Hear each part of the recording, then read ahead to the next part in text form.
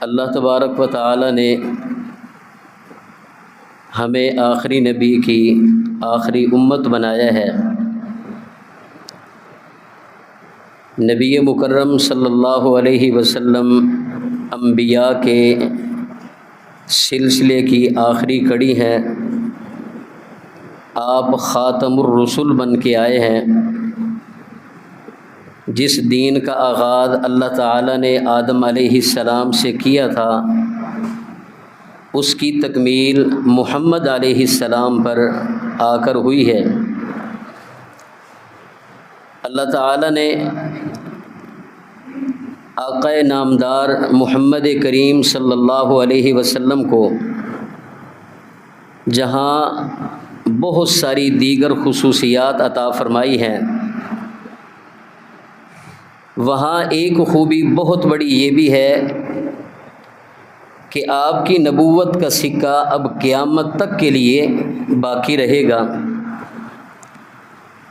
آپ کے نبی بن جانے کے بعد دنیا کے اندر اگر کوئی نبی بھی آ جائے تو وہ بطور نبی کے نہیں بلکہ امتی کی حیثیت سے زندگی گزارے گا۔ جیسا کہ اہل السنہ والجماعہ کا یہ عقیدہ ہے کہ قرب قیامت حضرت عیسیٰ علیہ السلام کا نزول ہونا ہے، لیکن اس نزول پر حضرت عیسیٰ علیہ السلام بحیثیت نبی کے نہیں بلکہ نبی کے امتی کے آئیں گے۔ آپ نے یہاں پر انجیل کو قائم نہیں کرنا بلکہ آقا علیہ السلام پر اترنے والے قرآن مجید کی تعلیمات کو ماننا بھی ہے اور اسے نافذ کرنا ہے۔ اللہ تبارک و تعالی نے آقا علیہ السلام کو جو دین دے کر بھیجا، یہ ایسا زبردست اور ایسا خوبیوں والا دین ہے کہ اللہ تعالیٰ نے اس سے پہلے جتنے بھی ادیان اترے، جتنے بھی انبیاء پر شریعتوں کا نزول کیا، ان تمام کے لیے ایک مدت مقرر کی ہے، محدود وقت کے لیے، محدود علاقے کے لیے۔ لیکن آقا علیہ السلام پر اترنے والے دین کو اللہ نے تا قیام قیامت اس دین کو بھیجا ہے اور اسے قابل عمل بنایا ہے، اور پھر یہ خوشخبری ساتھ سنائی ہے، هو الذی ارسل رسولہ بالہدی ودین الحق لیظہرہ علی الدین کلہ وکفی باللہ شہیدا۔ اللہ تبارک و تعالی وہ ذات ہے ارسل رسولہ بالہدی، جس نے اپنے رسول کو ہدایت کے ساتھ بھیجا، ودین الحق سچے دین کے ساتھ بھیجا۔ یہ ہدایت اور سچا دین دے کر اس کے اندر اللہ نے یہ وصف اور خوبی رکھی، لیظہرہ علی الدین کلہ، تاکہ اللہ اس سچے اور حق دین کو، اس ہدایت کو جو محمد کریم علیہ السلام کو اللہ نے نوازی ہے، اللہ اس دین کو، اس حق کو تمام ادیان پر غالب کر دے۔ عیسائیت پر یہ غلبے کے لیے آیا ہے، یہودیت اس کے سامنے حیثیت نہیں رکھتی، وہ ختم ہونے والی ہے۔ بدھ مت اس کے سامنے دم توڑنے والا ہے۔ دنیا کے اندر پائے جانے والے جتنے بھی مذاہب ہیں، دین اسلام، دین حقہ کے سامنے نہ دلائل کے میدان کے اندر غالب آ سکتے ہیں، نہ عملی طور پر غالب آ سکتے ہیں۔ یہ دین دنیا کے اندر غالب ہونے کے لیے آیا ہے، اس کے سامنے تمام ادیان مغلوب ہیں، شکست خوردہ ہیں،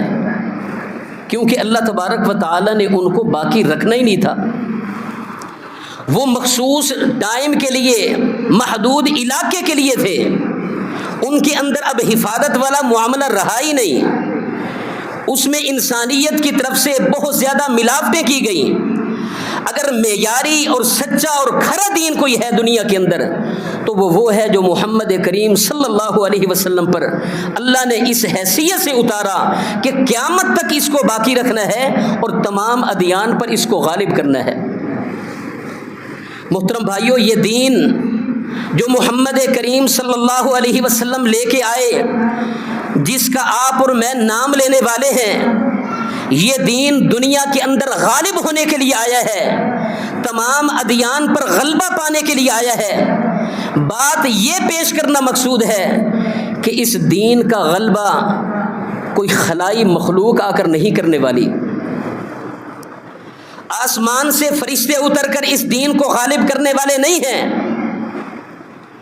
غیر مری مخلوق کو دنیا کے اندر آ کر دین کو غالب کرنے والی نہیں ہے۔ دین دنیا میں غالب آئے گا، اس کے سامنے تمام مذاہب گھٹنے ٹیک جائیں گے۔ سب سے غالب اور سب سے کامل یہی دین ہے جو محمد کریم صلی اللہ علیہ وسلم پر نازل ہوا، لیکن اس کے غلبے کا کردار ادا کرنے کے لیے اللہ نے ہم انسانوں کی ذمہ داری لگائی۔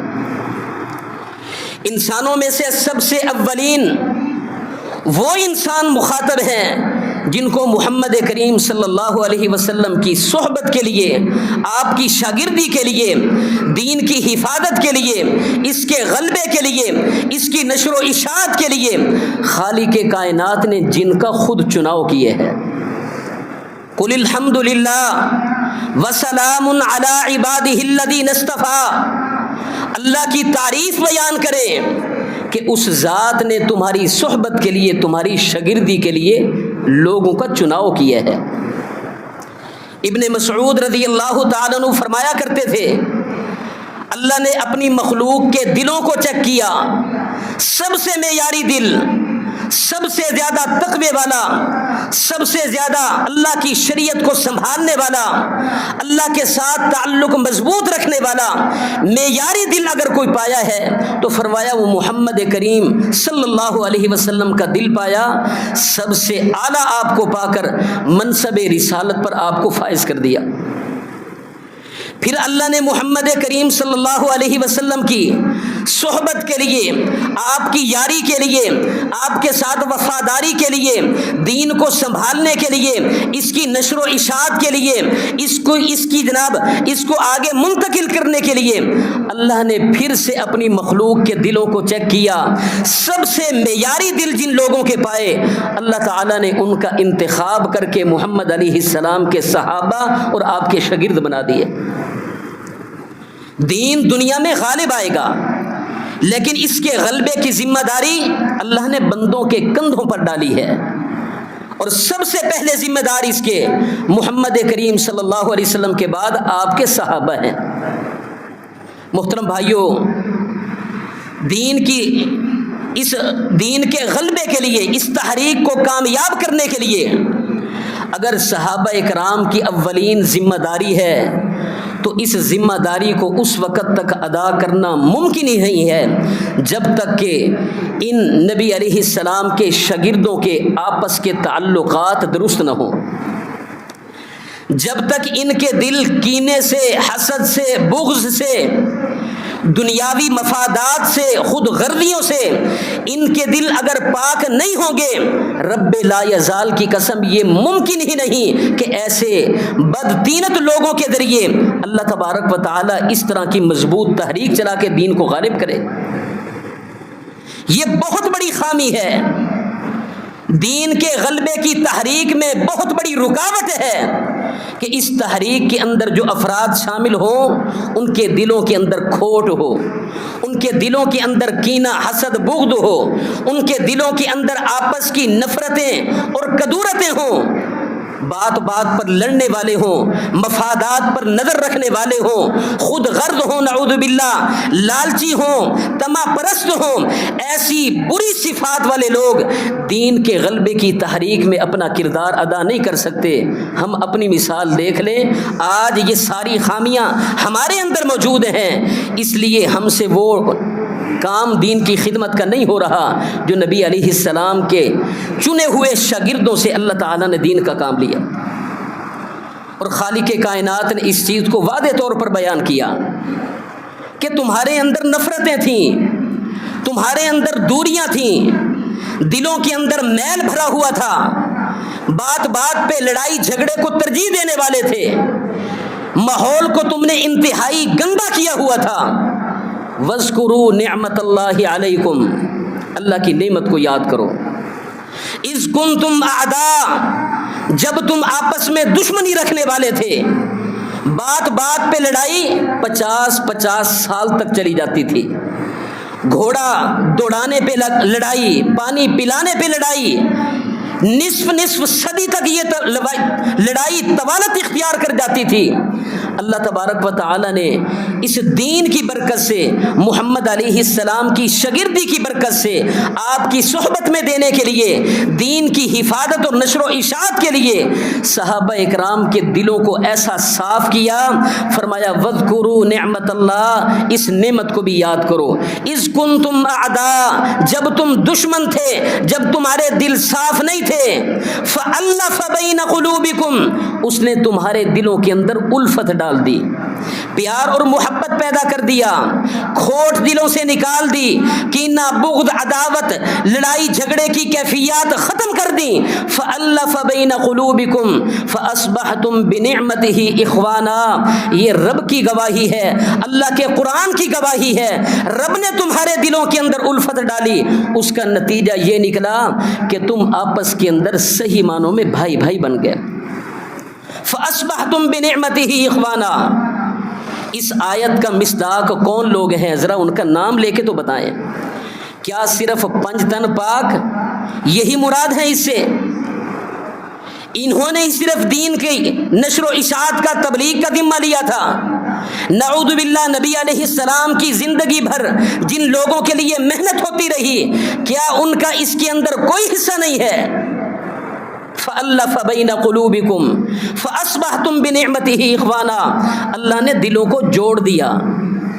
انصار اور مہاجرین کی محبت قائم کر دی،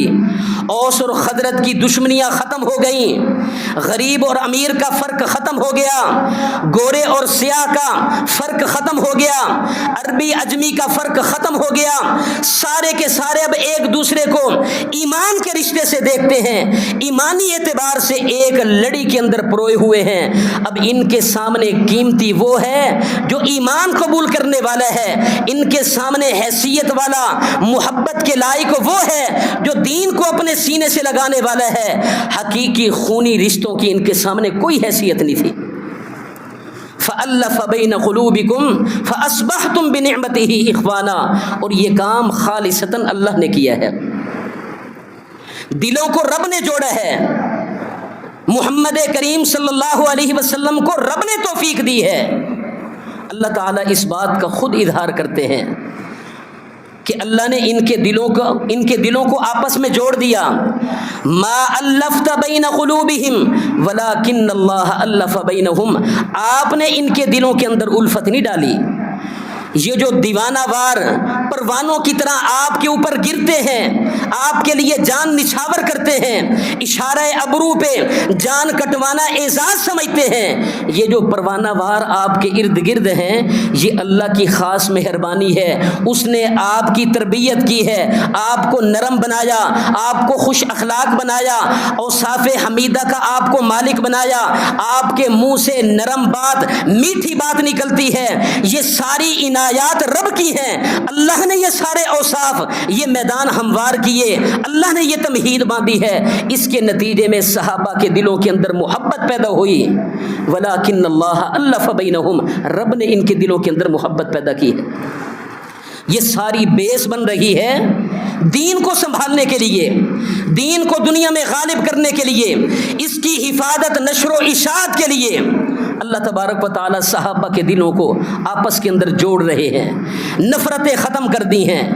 ایثار اور قربانی کے مظاہرے ہیں۔ اگر کوئی مکہ سے اٹھ کر مدینہ کی طرف جاتا ہے ہجرت کر کے، آگے وہ اجنبیت محسوس نہیں کرتا، اپنے رشتہ داروں سے بڑھ کے ان کو آگے سنبھالنے والے ہیں۔ خونی رشتہ داروں کی کیفیت تو یہ تھی کہ مکہ سے جب مسلمان اسلام کی وجہ سے مدینہ کی طرف ہجرت کرنے لگے تو ایسی ظلم کی داستانیں رقم ہوئیں کہ تاریخ شاید ایسی مثالیں پیش نہ کر سکے۔ کہیں سے میکے آ جاتے ہیں والدین کہ یہ مال ہمارا ہے، کہیں بھائی آ جاتے ہیں کہ یہ سواری جس پر سوار ہو کے مدینہ کی طرف جا رہے ہو یہ یہاں کی سواری ہے، کوئی مال لینے کے لیے آ جاتا ہے کہ یہاں کا کمایا ہوا مال ساتھ نہیں لے جا سکتے، بیوی چھین لیتے ہیں، اولاد چھین لیتے ہیں، پیسہ پائی چھین لیتے ہیں، سواریاں چھین لیتے ہیں، اکیلا ایمان بچا کر صحابہ مکہ سے مدینہ کی طرف جاتے ہیں۔ خونی رشتہ داروں کا یہ سلوک تھا، یہ رویہ تھا، اور آگے جس مدینہ کے اندر پہنچے جن انصار نے ویلکم کہا، جنہوں نے استقبال کیا، ان کی ایثار کی کیفیت یہ ہے کہ اگر کسی کی 2 بیویاں ہیں تو کہتا ہے دیکھو جو تمہیں ان میں سے پسند آئے میں اس کو طلاق دیتا ہوں، تم مجھ سے شادی کر لو۔ اگر زمین 2 بیگھے ہے تو 1 بیگھہ چھوڑنے کے لیے تیار، 2 مربع ہے تو 1 مربع چھوڑنے کے لیے تیار، اپنی جائیداد کے اندر حصے دار بنانے کے لیے تیار، گھر کے اندر جو کچھ ہے مال کو 2 حصوں میں تقسیم کر دیا، اپنے ان مہاجر بھائیوں کے ساتھ ایثار کا، پیار کا، وفاداری کا اظہار کرتے ہوئے سب کچھ ان کے لیے نچھاور کر رہے ہیں۔ یہ مواخات مدینہ، یہ دنیا کی وہ ایسی زبردست قسم کی مواخات اور مثال ہے یہ پیار محبت کی کہ اس کی مثال رہتی دنیا تک کے لیے پیش نہیں کی جا سکتی۔ محض ایمان کی بنیاد پر محبت کرنے والے، اور یہ محبت کس نے ڈالی؟ اللہ تبارک و تعالی نے۔ یہ صحابہ آپس کے اندر شیر و شکر ہیں، انصار مہاجرین کے ساتھ، مہاجر انصار کے ساتھ،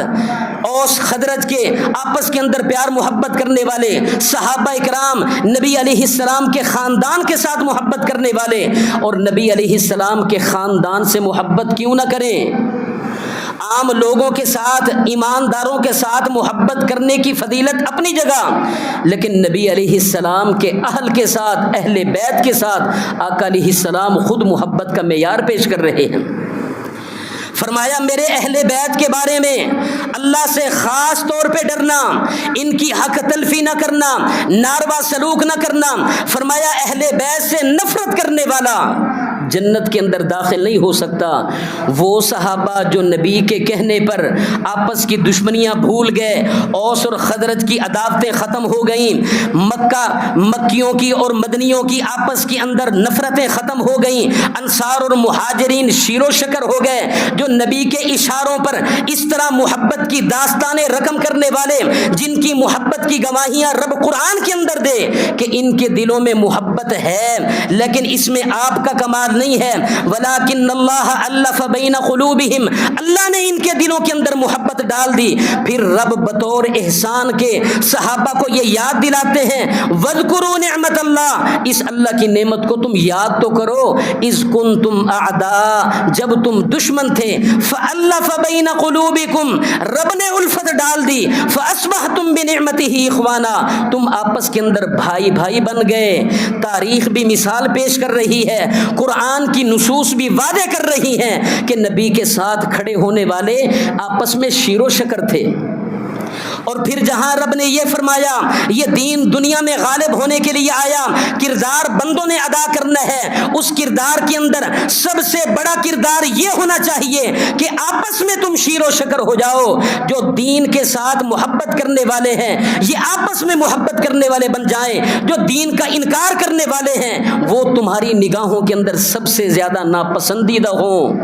یہ دین کو غالب کرنے والی تحریک میں افراد کا کردار ہونا چاہیے، اور پھر یہی کردار رب نے خود صحابہ اکرام کا قرآن کے اندر بیان کر دیا اس آیت کے بعد جس میں اللہ نے فرمایا کہ یہ دین دنیا میں غالب ہونے کے لیے آیا ہے۔ ساتھ ہی فرمایا اگلی آیت میں محمد رسول اللہ، محمد صلی اللہ علیہ وسلم اس مشن کو لے کے آئے ہیں، دین کو دنیا میں غالب کرنے کے لیے آئے ہیں، رب کے رسول بن کے آئے ہیں، ان پر میری ہدایات کا نزول ہوگا، قدم قدم پر رہنمائی کروں گا۔ محمد اللہ کے رسول ہیں، یہ عام انسان نہیں ہے۔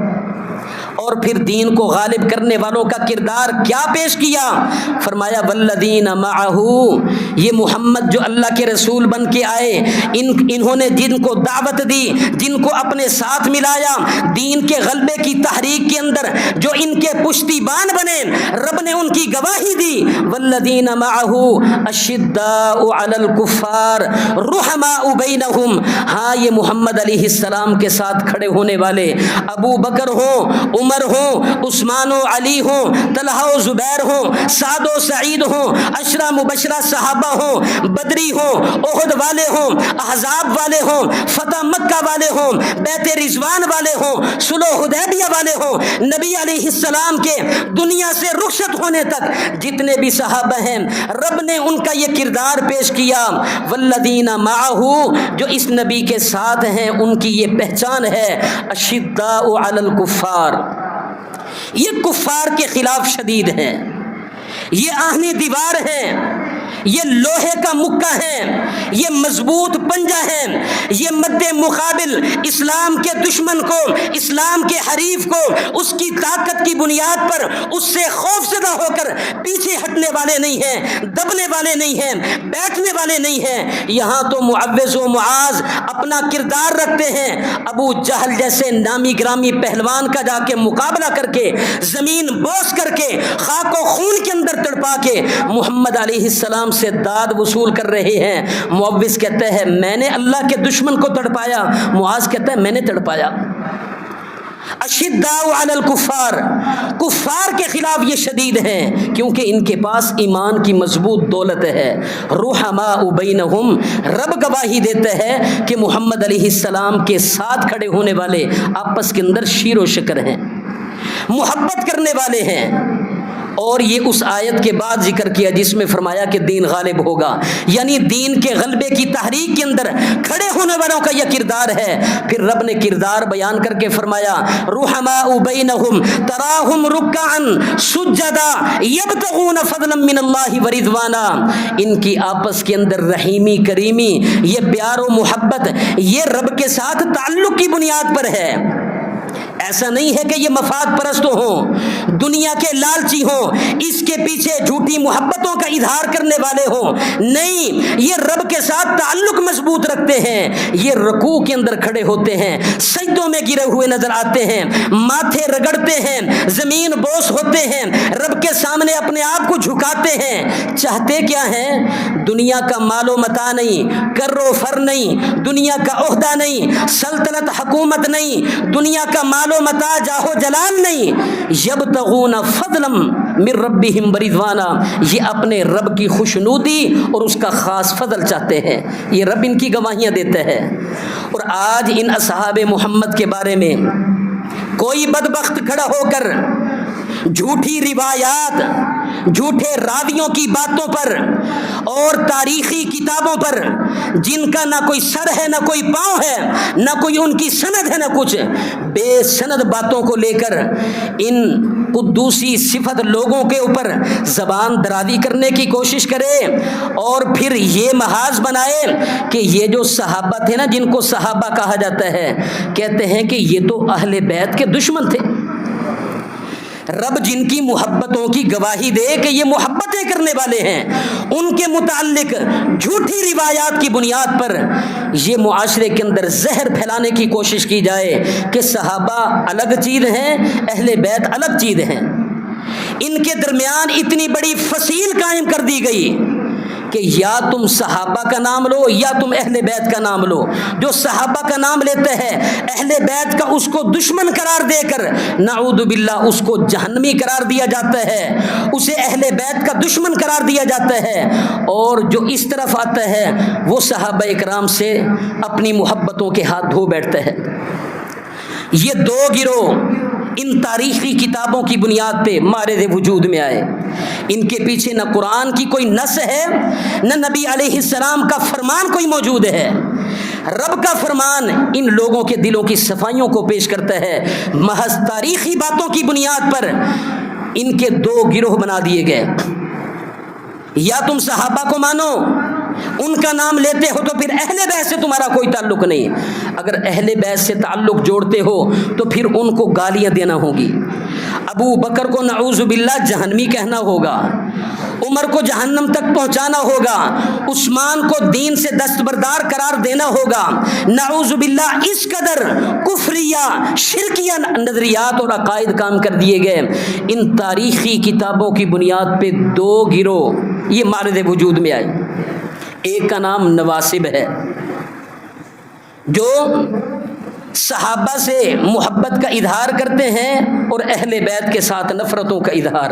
اور دوسرے روافض ہیں جو نام نہاد اہل بیت کے ساتھ محبت کا اظہار کرتے ہوئے اس کے مقابلے کے اندر صحابہ اکرام کی نعوذ باللہ ان کے ایمان کی دھجیاں بکھیر کے رکھ دیتے ہیں، ان کو نعوذ باللہ کسی کھاتے کا نہیں سمجھتے۔ اور اگر حقائق دیکھے جائیں، قرآن اور حدیث کا مطالعہ کیا جائے، میں نے قرآن کے دلائل آپ کے سامنے رکھے ہیں، جن کے بارے میں یہ کہتے ہیں کہ ان کے دلوں میں کھوڑ تھی، نفرت تھی، مفاد پرست تھے، نعوذ باللہ دنیا کے مفادات کے لیے ساتھ چل رہے تھے، رب نے ان کے بارے میں گواہیاں دی کہ اللہ نے ان کے دلوں میں الفت ڈالی تھی، ایمان ڈالا تھا، ان کو بھائی بھائی بنایا تھا، کینہ حسد بغض ان کے اندر نہیں تھا، وہ ایک لڑی کے اندر پروئے ہوئے موتی تھے، ایک دوسرے کے لیے جان نثاری کرنے والے تھے، وفاداری کرنے والے تھے۔ رب کا قرآن 20 آیات کے اندر اس بات کی گواہیاں پیش کرتا ہے۔ اور پھر صرف قرآن ہی نہیں بلکہ جو آیت میں نے آپ کے سامنے پڑھی، اشداء علی الکفار رحماء بینہم، اللہ نے فرمایا تراہم رکعا سجدا یبتغون فضلا من اللہ ورضوانا سیماہم فی وجوہہم من اثر السجود ذالک مثلہم فی التوراۃ ومثلہم فی الانجیل۔ صرف قرآن کے اندر ہی ان کے تذکرے نہیں بلکہ ان کے تذکرے پچھلی کتابوں کے اندر، تورات کے اندر بھی موجود ہیں، انجیل کے اندر بھی، زبور کے اندر بھی موجود ہیں۔ پچھلی کتابیں بھی ان کی وفاداریوں کی، ان کی سچائیوں کی گواہیاں دیتی ہیں۔ تاریخی کتابوں کی بنیاد پہ یہ دراڑیں قائم کی گئیں، اور حقائق کیا ہیں؟ حقائق یہ ہیں، اللہ کی قسم، صحابہ اکرام ہوں یا اہل بیت ہوں، نبی علیہ السلام کے خاندان والے ہوں، آپ کی اولاد ہو، آپ کی بیٹیاں ہوں، آپ کے داماد ہوں، یہ حقیقت بات ہے، یہ اہل بیت اور صحابہ اکرام کی آپس کے اندر اتنی محبتیں تھیں کہ حقائق بھرے پڑے ہیں۔ اور صرف ہماری کتب نہیں بلکہ شیعہ کتب بھی اس چیز کی گواہی دیتی ہیں۔ اگر صحابہ اکرام کی اہل بیت کے ساتھ دشمنی ہوتی، نفرت ہوتی، یقیناً اہل بیت کا کوئی بھی فرد صحابہ کے ناموں پر اپنی اولاد کے نام نہ رکھتا، اور یہ شیعہ کتب کی گواہی ہے، شیعہ کتب کی گواہی۔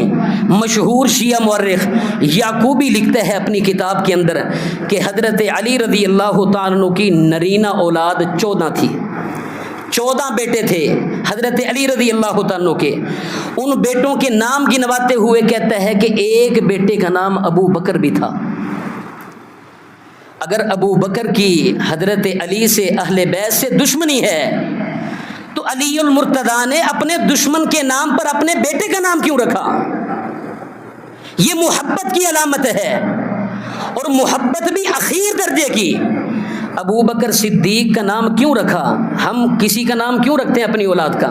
کسی کے نام پر اپنی اولاد کا نام کیوں رکھتے ہیں؟ ہم اس سے متاثر ہوتے ہیں، اس کے ایمان سے، اس کے کردار سے، اس کی دینداری سے، نیکی سے متاثر ہو کر اپنی اولاد کا نام ہم اس کے نام پر رکھتے ہیں تاکہ اللہ ہماری اولاد کا کردار بھی ان جیسا بنا دے۔ محمد نام رکھا، پیچھے مناسبت ہے۔ ابو بکر نام رکھا، نام رکھے کے اندر پیچھے مناسبت ہے، نسبت ہے، جذبات ہیں۔ علی المرتضیٰ کے سامنے ابو بکر صدیق کا ایمان ایسا معیاری ایمان ہے، ایسا قابل داد ایمان ہے، قابل تعریف ایمان ہے کہ حضرت علی نے اپنے بیٹے کا نام ابو بکر رکھا۔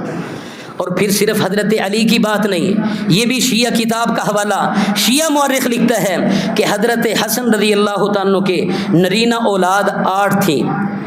اور ان میں نام گنواتے ہوئے کہتا ہے کہ ان 8 میں ایک نام ابو بکر بھی تھا۔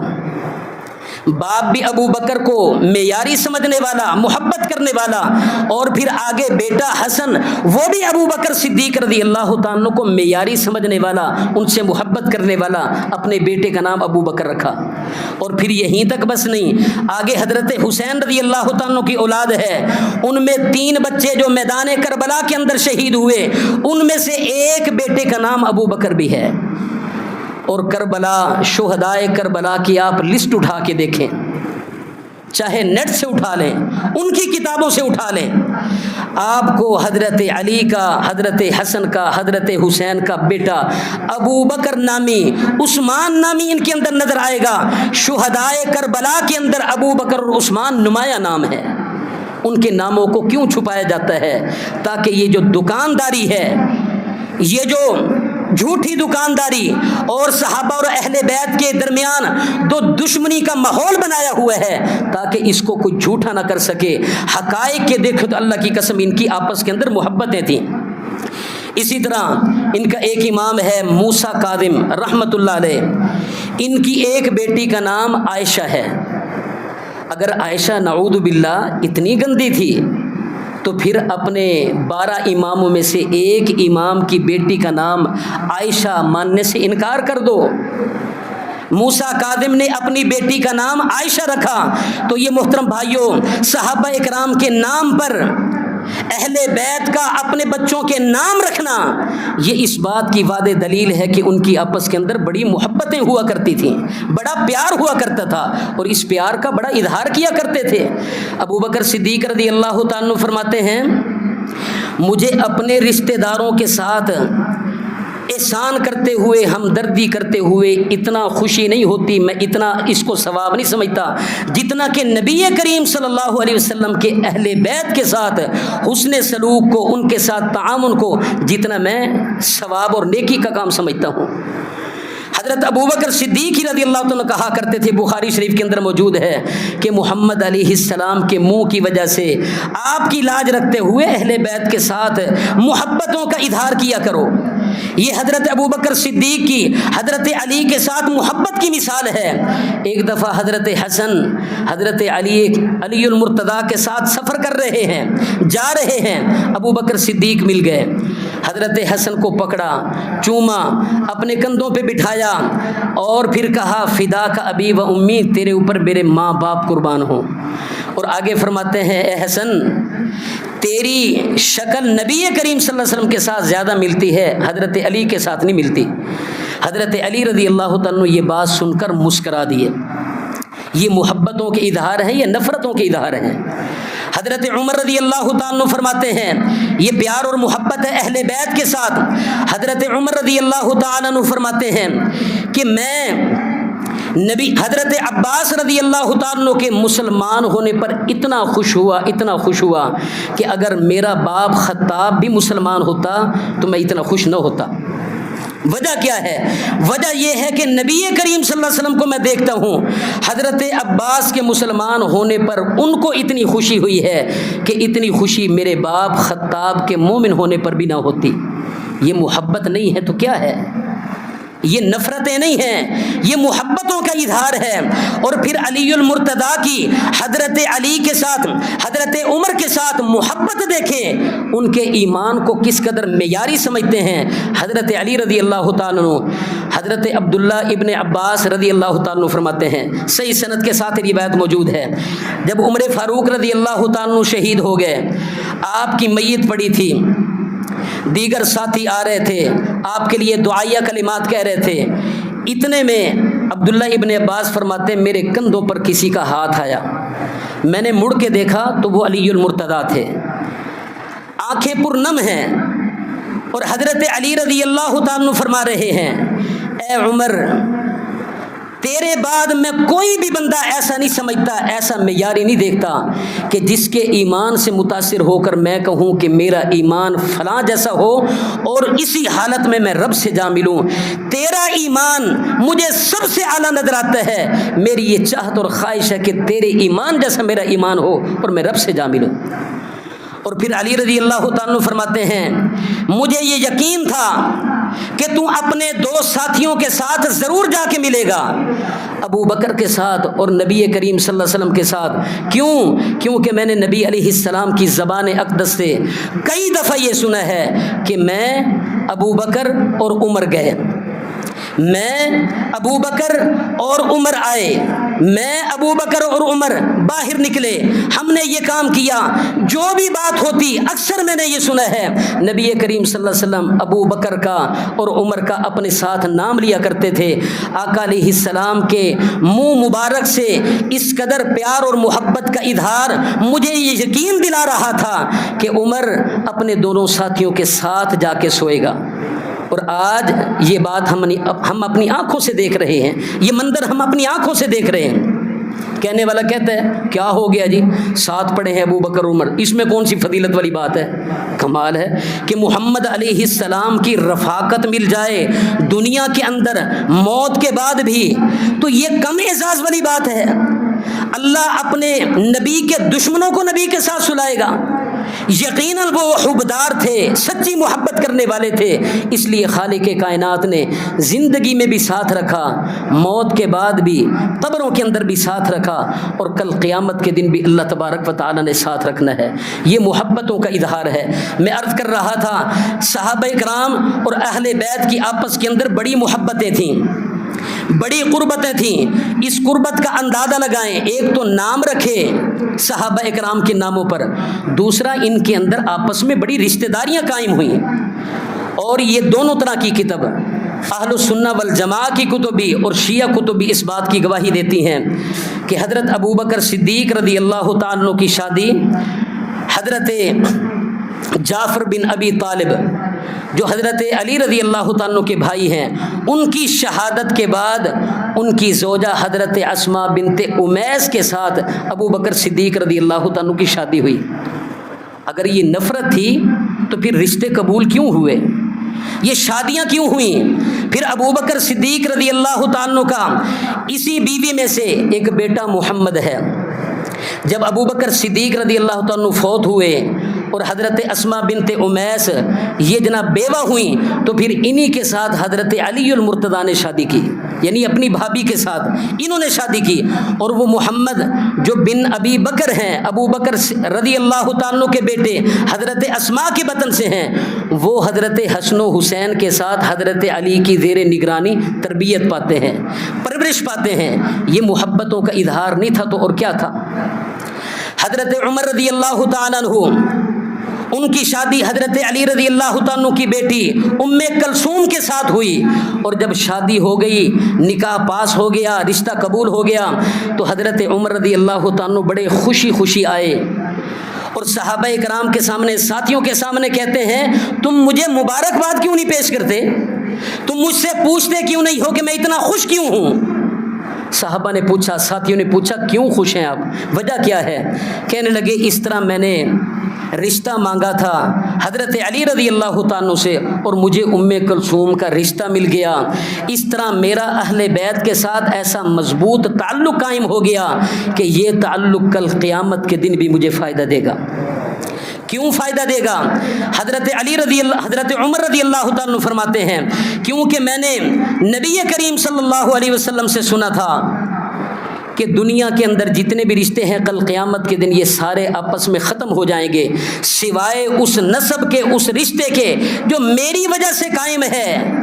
نبی کریم صلی اللہ علیہ وسلم کی وجہ سے جو رشتہ اور نسب قائم ہے یہ قیامت کے دن بھی ٹوٹنے والا نہیں۔ اس بات پر حضرت عمر فاروق رضی اللہ تعالیٰ بڑے خوش ہیں اور ساتھیوں سے کہتے ہیں مجھے مبارکباد پیش کرو۔ محترم بھائیو، یہ ان کی آپس کے اندر رشتہ داریاں تقریباً ابو بکر صدیق کی 6 اعتبار سے رشتہ داری بنتی ہے، حضرت عثمان رضی اللہ تعالیٰ کی آگے پوتوں پڑ پوتوں کے اندر ان کی آگے کئی رشتہ داریاں اہل بیت کے ساتھ بنتی ہیں۔ یہ تاریخی کتب اٹھا کے دیکھیں، انہی کی کتب اٹھا کے دیکھیں، یہ حقائق آپ کے سامنے آئیں گے۔ تو جب حقائق یہ ہیں کہ صحابہ کی اور اہل بیت کی آپس میں رشتہ داریاں تھیں، وہ آپس میں سسر اور داماد کا رشتے رکھنے والے تھے، آپس کے اندر بڑی گہری قربتیں رکھنے والے تھے، پیار اور محبت کے اظہار کرنے والے تھے، صحابہ کے نام پر اپنی اولادوں کے نام رکھنے والے تھے۔ شہدائے کربلا کی لسٹ اس بات کا واضح اور بین ثبوت ہے۔ جب حقائق یہ ہیں تو پھر یہ منظر کیوں پیش کیا جاتا ہے کہ صحابہ کچھ اور ہیں اور اہل بیت کچھ اور ہیں؟ صحابہ کی اہل بیت کے ساتھ دشمنی تھی،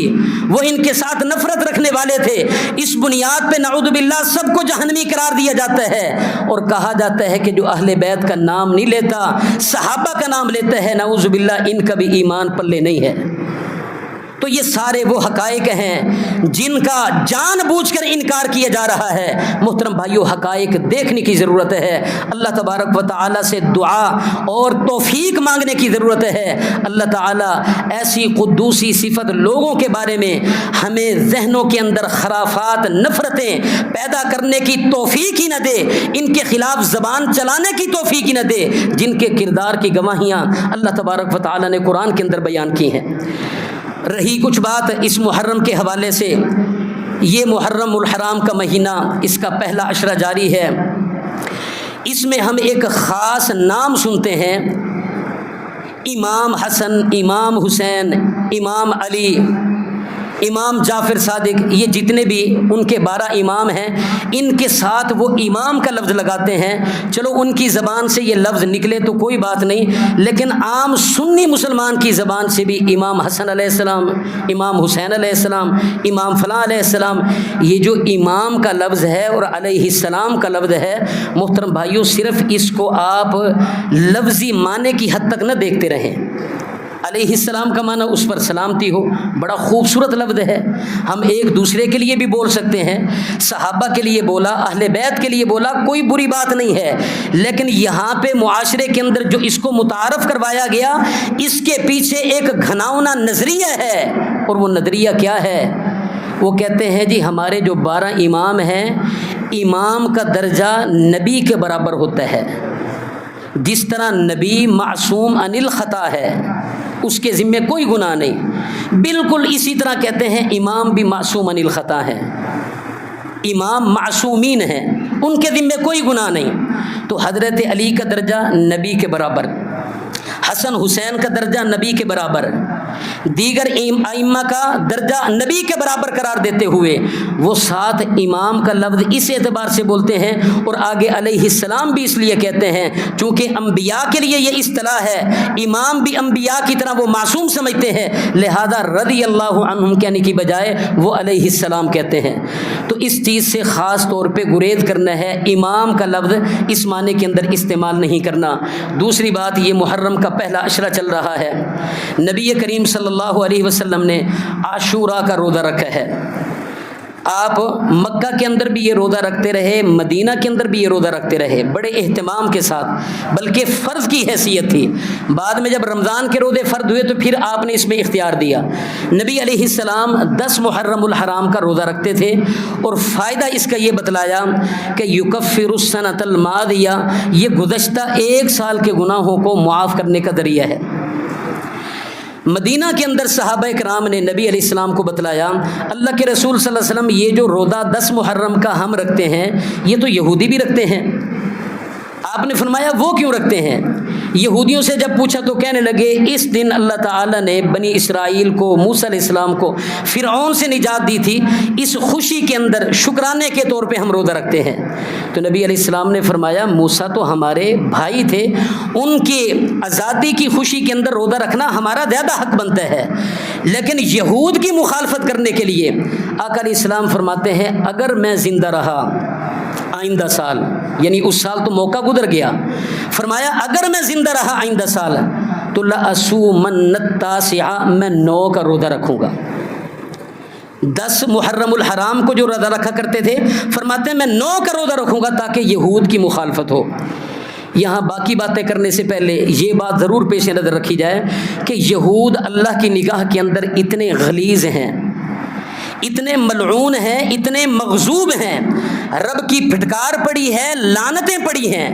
صرف ایک نہیں، صرف رب کی طرف سے نہیں، انبیاء کی زبانوں سے لعنتیں پڑی ہیں،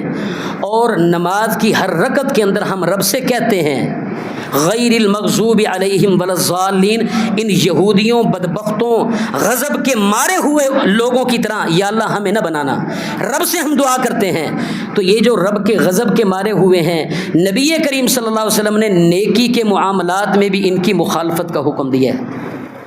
روزہ عبادت ہے، لیکن پتہ چلا یہودی رکھتے ہیں، مخالفت کا حکم دیا۔ فرمایا یہ اہل کتاب داڑھیوں کو نہیں رنگتے، تم رنگا کرو، ان کی مخالفت کرو۔ فرمایا آمین اونچی آواز سے کہو کیونکہ یہودی اس سے چڑھتے ہیں۔ فرمایا افشوا السلام، سلام کو عام کرو، سلام سے یہودی چڑھتے ہیں۔ ان کی چیڑ کو سامنے رکھا اور ان کی مخالفت کی ہے۔ جو محمد جو دین نیکی کے معاملات میں یہود کی مخالفت کرنے کا حکم دیتا ہے، وہ دین وہ محمد صلی اللہ علیہ وسلم اپنے ماننے والوں کو کہاں اجازت دیں گے کہ تم اپنی خوبصورت شکلیں بگاڑ کر یہودیوں جیسی بنا لو؟ تم صحیح لباس کو چھوڑ کے یہودیوں کی طرح اپنے لباس بنانے کی کوشش کرو، تم اپنے نظام حیات کو، اپنے کاروبار کو، معاملات کو یہودیوں کے نظام کی طرح بنانے کی کوشش کرو، وہ اسلام کہاں ہمیں اجازت دے گا؟ لیکن آج کیفیت یہ ہے ہماری مسلمانوں کی بیچارگی کی، دین سے دوری، لا تعلقی اور کمزوری کی، ایمان اس قدر مریل ہو چکا ہے۔ کیفیت یہ ہے کہ یہود و نصارہ کے ساتھ ہم اس قدر مشابہت اختیار کر چکے ہیں جیسے ایک پاؤں کا جوتا دوسرے پاؤں کے جوتے کے ساتھ برابری رکھتا ہے، بالکل اسی طرح برابر۔ اور جیسا نبی علیہ السلام نے فرمایا اگر یہ کسی کوہ کی بل میں سوراخ میں گھسیں گے تو تم بھی اسی میں گھسو گے، اگر یہ اپنی ماں کے ساتھ زنا کریں گے تو تم بھی وہی کرو گے۔ آج یہ حقیقت بات ہے، لمحہ فکر یہ ہے، یہ افسوس کی بات ہے کہ ہم اسلام سے اس قدر کمزور ہو چکے، سوشل میڈیا سے اتنے متاثر ہو چکے، یہود و نصارہ کا جو طرز زندگی ہے، جو رنگ ڈھنگ ہے، ہم اس کو اپنا کر کہتے جی اب ہم ترقی یافتہ بن گئے ہیں۔ اگر اسلام کے اوپر عمل کریں، لباس اسلامی بنائیں، کاروبار اسلامی بنائیں، شکل صورت اسلامی ہو تو کہتے ہیں یہ قدامت پرستی ہے، یہ ترقی کی راہ میں رکاوٹ ہے۔ نبی کی سنت سمجھ کر پھٹے ہوئے کپڑوں پر پیوند نہیں لگانا، یہود و نصارہ کے نقش قدم پر چلتے ہوئے پھٹی ہوئی پینٹ مہنگے داموں خرید کے وہ زیب تن کر کے فخر محسوس کرنا ہے جی ہم بھی ان کی طرح بن گئے ہیں۔